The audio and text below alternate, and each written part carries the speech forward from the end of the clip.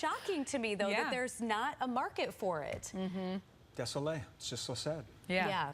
All right, so what is not so sad, though, are the temperatures out there feeling Especially since great. they're going back up. I'm excited about this. The summer's far from over. We have another really big warm-up in store for us just in time for Labor Day weekend. I know a lot of people, that's the last unofficial, summer weekend, and it is going to be feeling like it too. Let's take a look at our 5-day forecast. So today's high temperatures, we made it into the upper 70s and low 80s. Tomorrow, just a touch warmer.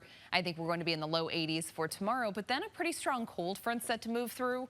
So that's going to send our temperatures down into the 70s, the low 70s at that on Wednesday. Some locations at the lakefront may not even hit 70 degrees on Wednesday, but we're very quickly going to start to heat things back up again. Upper 70s by Thursday. By Friday, we're in the mid 80s. And then there you see it. We have 90-degree temperatures back in the forecast by Saturday, and we're going to keep that going into Sunday, Monday, and probably a good chunk of next week too. Checking in on Tropical Storm Idalia, here's what we're dealing with, and this is going to be the steering pattern that we're working with. So I was just telling you about a strong cold front that's set to move through.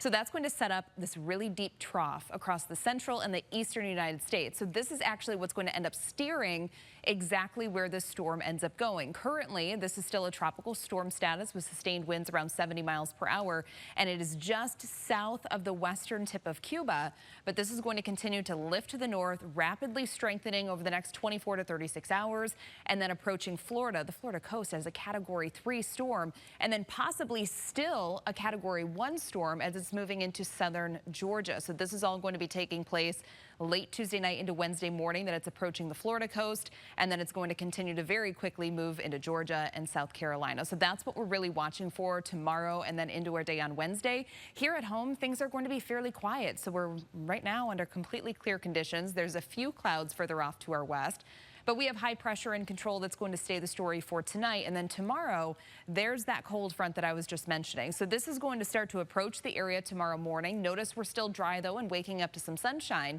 But then right along that frontal boundary, there is going to be the chance of a couple pop-up showers and thunderstorms. So we have a few storms in their forecast for tomorrow afternoon. At this point, I'm really not too concerned about strong or severe thunderstorms. I think it's just going to be very quick pop-up showers and storms, and then they're out of here by about 6 or 7 p.m.